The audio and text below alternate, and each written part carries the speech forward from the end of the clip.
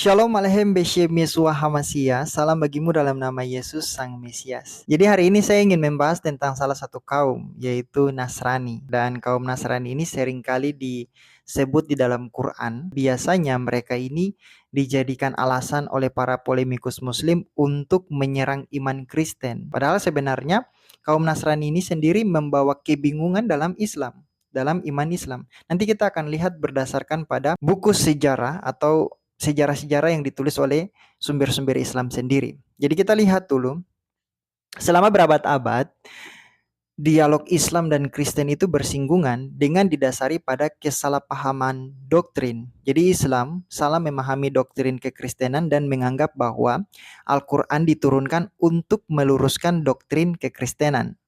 Kesalahpahaman ini berdasarkan pada anggapan Al-Quran tentang kaum Nasrani yang selalu menjadi korban serangan kaum Muslim terhadap doktrin mereka, yaitu doktrin kaum Nasrani.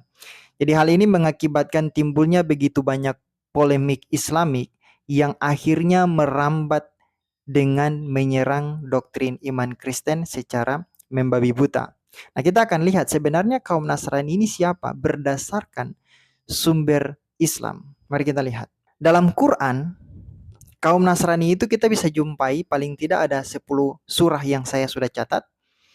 Kalian bisa lihat ada Al-Bukhara, ada Ali Imran, An-Nisa, Al-Maidah, Al-An'am, At-Taubah, Yunus, Ar-Ra'd, Maryam, Al-Hajj. Dan bahkan di dalam Quran selanjutnya itu mereka disebut sebagai ahli kitab. Itu kaum Nasrani dalam Quran ya. Kita lihat dalam buku sejarah, ini saya menggunakan ada 2 buku, tapi yang buku yang pertama yang saya gunakan adalah Aliran dan Mazhab di Dunia Islam. Nah, ajaran kaum Nasrani menurut sejarah Islam. Kita lihat ya. Orientalis Bernard Lewis menegaskan bahwa gerakan Al-Batinia memiliki kecenderungan kepada paham gnosis. Barangkali sumber ini merupakan sumber terpenting Al-Batinia dalam sejarah umat Islam. Paham ini menular kepada sebagian umat Islam secara langsung atau melalui orang-orang Yahudi atau Nasrani yang masuk Islam.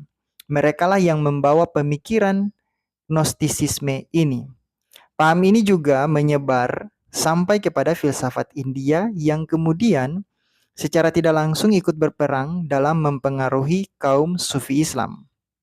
Jadi kita bisa lihat ya bahwa buku ini menyatakan kaum Nasrani mengajarkan ajaran Gnostik, yang mana Gnostik sendiri bukanlah ajaran kekristenan yang ortodoks. Melainkan Gnostik itu adalah ajaran bidat atau ajaran sesat dan itu menyimpang. Itu bukan ajaran kekristenan. Nah, buku yang kedua yang saya gunakan adalah tentang rekonstruksi sejarah Al-Quran. Jadi, penyebutan kaum Nasrani digeneralisasi oleh Islam karena kesalahpahaman mereka tentang iman Kristen. Misalnya kita baca ada beberapa hadis yang menyatakan bahwa Waraka menganut paham Nasrani. Sedangkan dalam buku rekonstruksi sejarah Al-Quran menyatakan bahwa Waraka bin Nawfal adalah penganut Nestorian. Jadi Nestorian sendiri itu berbeda dengan Gnostik. Kalian sudah lihat ya pada yang buku yang tadi. Itu mengatakan bahwa Nasrani ini mereka membawa pemikiran Gnostik. Sedangkan Nestorian itu dia berbeda dengan pemahaman Gnostik. Ajaran Gnostik itu mengajarkan tentang Yesus yang tidak benar-benar menjadi manusia dan beranggapan bahwa tubuh itu jahat dan tubuh itu adalah penjara bagi roh yang baik. Nah, itu ajaran Gnostik. Sedangkan ajaran Nestorian itu mengajarkan bahwa Yesus itu benar-benar menjadi manusia. Hanya saja sifat ilahinya dan manusianya dipisahkan sehingga terdapat 2 pribadi yang terpisah. Jadi kalian sudah lihat ya, 2 sumber, misalnya hadis, itu dia berbeda dengan apa yang dituliskan di dalam rekonstruksi sejarah Al-Quran. Hadis mengatakan bahwa Waraka itu paham Nasrani, menganut paham Nasrani. Yang mana Nasrani ini adalah orang-orang yang membawa paham Gnostik yang berbeda dengan Nestorian. Jadi di hadis bilang bahwa Waraka paham Nasrani, sedangkan di sejarah rekonstruksi sejarah Quran mengatakan bahwa Waraka itu adalah penganut Nestorian. Sudah berbeda ya. Jadi kebingungan sejarah Islam sendiri telah membawa mereka hanyut tanpa arah mengenai sejarah Nasrani. Para ahli Muslim pun bingung tentang doktrin Nasrani yang pada akhirnya membawa mereka pada kebingungan teologis tentang siapa sebenarnya kaum Nasrani ini. Terkadang mereka menyebut bidat Gnostik sebagai Nasrani, tetapi juga menyebut bidat Nestorian sebagai Nasrani dan menganggap bahwa bidat-bidat ini adalah Kristen. Hal ini ibaratkan kita orang Kristen menyebut orang Syiah juga Islam, sedangkan Syiah sendiri tidak diakui oleh Sunni sebagai penganut Islam yang benar, melainkan bagi Sunni mereka adalah bidah. Maka dari itu, untuk mengetahui suatu ajaran itu bidat atau sesat, maka kita harus mengetahui inti dari ajaran yang benar berdasarkan pada pemahaman kitab suci yang benar.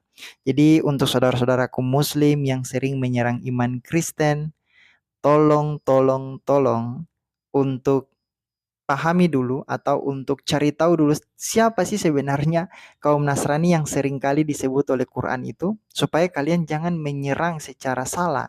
Kalian melakukan sesat pikir untuk menyerang iman Kristen. Padahal Quran sendiri tidak menyerang iman Kristen.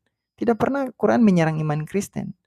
Quran menyerang bidat Gnostik seperti kaum Nasrani dan Nestorian yang disebutkan dalam sejarah-sejarah Islam. Jadi belajar lagi untuk mengenal iman orang lain supaya kalian tidak melakukan sesat pikir ketika berdiskusi dengan orang yang berbeda keyakinan, khususnya orang-orang Kristen. Demikian, bagaimana tanggapan kalian? Tuhan Yesus memberkati.